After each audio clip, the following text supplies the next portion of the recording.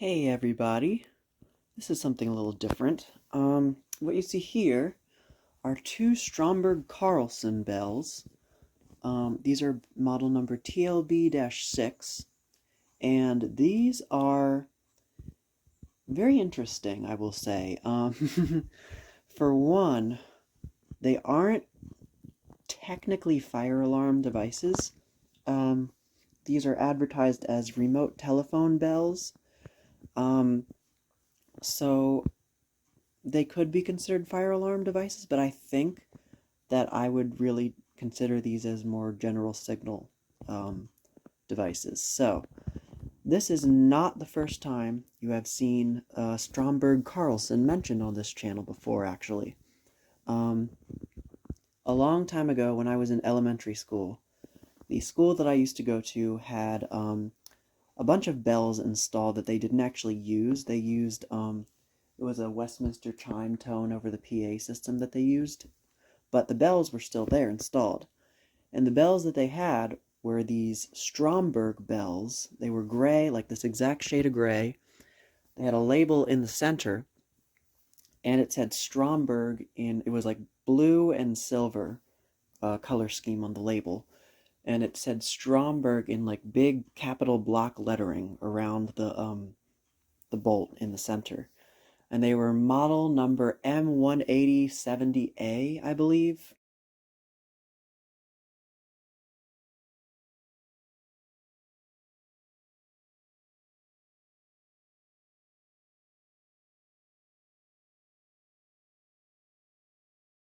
That's what at least the picture that I took of the one, that's what I think I can see it says 70. There's like a part that's scratched into the label that you can't really see.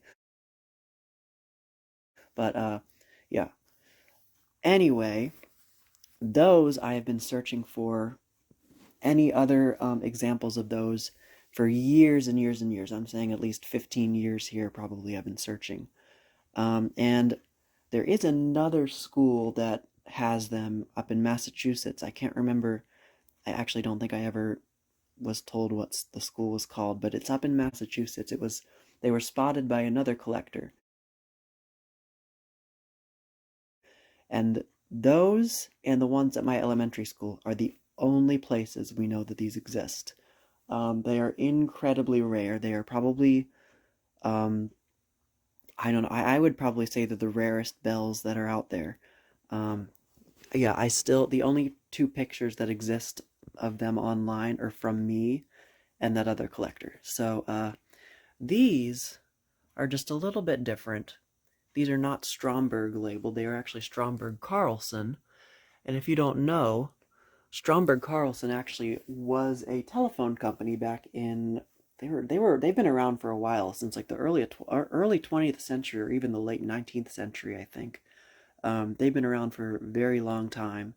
They were founded by Alfred Stromberg and Andrew Carlson, and from everything that I've read, this Stromberg-Carlson and the Stromberg from the bells that are at my elementary school are the exact same company. They were just, for some reason, they used the Stromberg name for some devices, and for others they used both the Stromberg-Carlson name.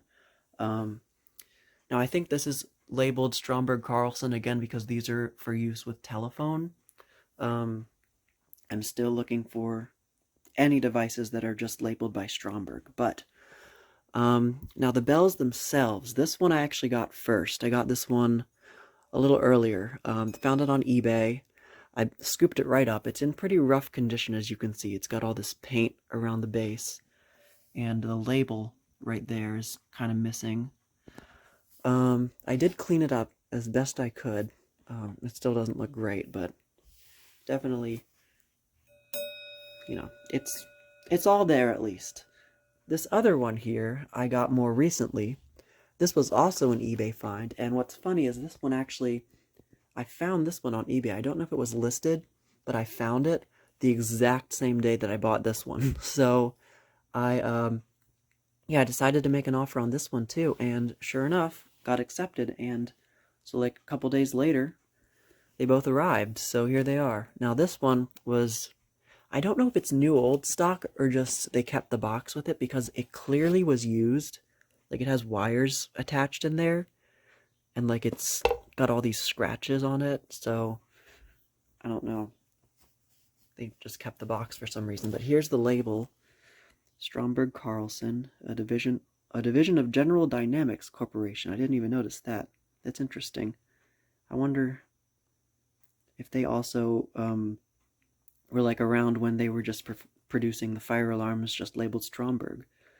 And there's a better view of that logo, the same one that's on the bells. Audio equipment, TLB-6 loud ringing bell for use with TD-88 telephone. Special products division. And there was no manual or anything. And I'm pretty sure that these are from the 70s. Just because I know that's probably from after the ones from my elementary school were made. I actually don't know. I'm just going to say these are probably from the 70s. Now, you may also notice the design looks a bit similar. We have seen this design before. That's because these are actually rebranded Edwards Adaptabels. As you can see, they rebranded the 340 model, the 6-inch model. This actually is the Firebell version. It's model W326-DC14, but it's the same exact thing, basically, just labeled Firebell. Now, another thing, Edwards actually did have telephone bells of their own, so I don't know if maybe these were actually rebranded Edwards telephone bells, and the telephone bells looked exactly like the Adaptabel, so I'm really not sure. Now, there is another interesting thing I wanted to show you guys. Let me take off this one's Adaptaplate really quickly. You can, if you loosen this screw here, you're able to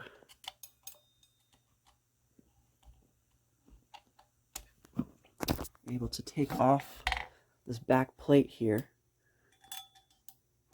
Oh, I didn't loosen it enough. Hang on, just give me 1 second here. Alright, I took both of the Adaptaplates off, and you can see that one's got those wires attached, so clearly probably was used. Now this one, for some reason, this one has the back cover here on the back, which is what they normally have. This one, for some reason, it doesn't have that cover. Now, it has the screws there, so I don't know if it was there and it got removed, but here's the interesting part. I don't know. Oh, that was a piece of the packaging. I don't know why there are screws stuck to the magnet here either. That's weird. But this one's back is missing for some reason, but the interesting thing is right here, there's a capacitor hooked up in line with the solenoid and the power source. So I'm not sure if maybe that has something to do with the telephone line. It's a 1 microfarad capacitor, 400. I don't know if that's volts or I think that's volts. Yeah, interesting. And this one has that too. If you look really closely in there, you can sort of see it. But that one has the capacitor too, so it's very interesting. So now, as for the sound, this is going to be interesting. I haven't tested these yet because I actually have no idea what voltage these are. Yeah, there's no voltage labeling on here at all. There's nothing on the bells themselves. I actually don't know what voltage these are. So, I don't know how I'm going to test these, if I'm going to test these, but I would like to.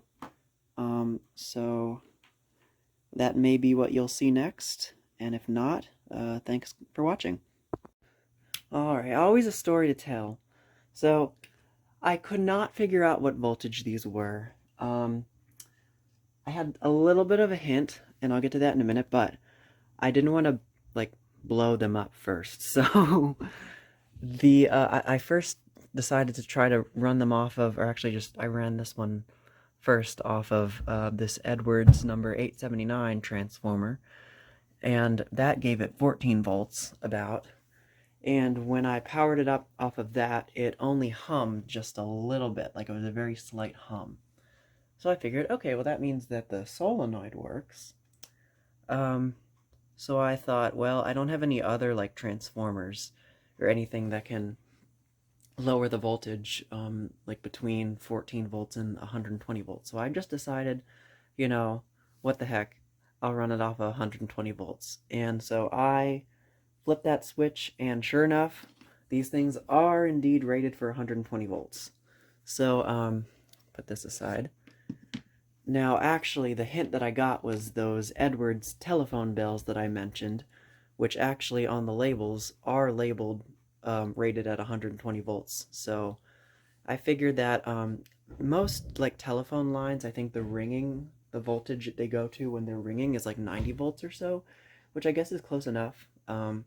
So yeah, they're just a little bit louder with 120 volts, I guess.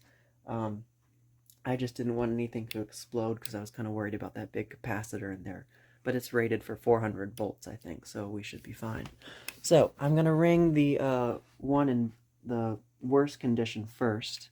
We'll set it off in 3, 2, 1.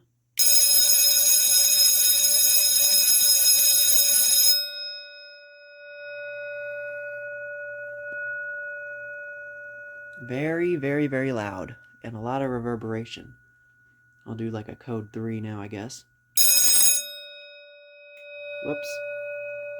Cord came unplugged, sorry. I'm not having the best of luck here. Alright, try that again.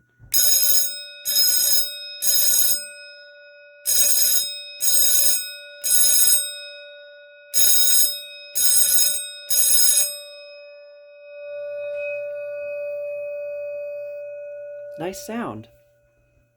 Wow, I really like this. So, that is the Stromberg-Carlson bell in worse condition. Now I'm going to hook up the one that's in better condition now, and we'll see what this one sounds like. Alright, I have this one hooked up. I just put it on that one's Adaptaplate.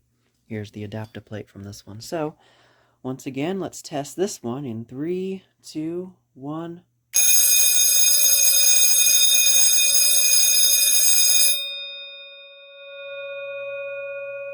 Wow, okay, that one's a little lower pitched.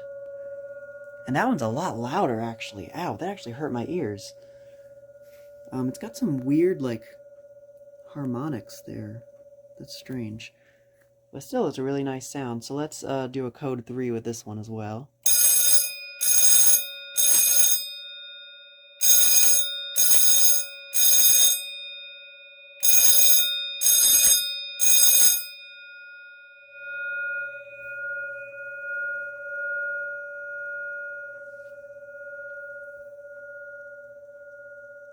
Yeah, it's got this weird, like, reverberation or something. I don't even know how to describe that. It's like a weird harmonic in there. I don't know, that's very strange. I really like the sound of both of these, actually. Classic school bell sound. Like I said, this one is a little bit louder than that one for some reason. I don't know why. Yeah, so I think that is basically everything for this video. The overview and testing of these two vintage Stromberg-Carlson model TLB-6 general purpose telephone bells. So thank you guys so much for watching, and I will see you in the next video.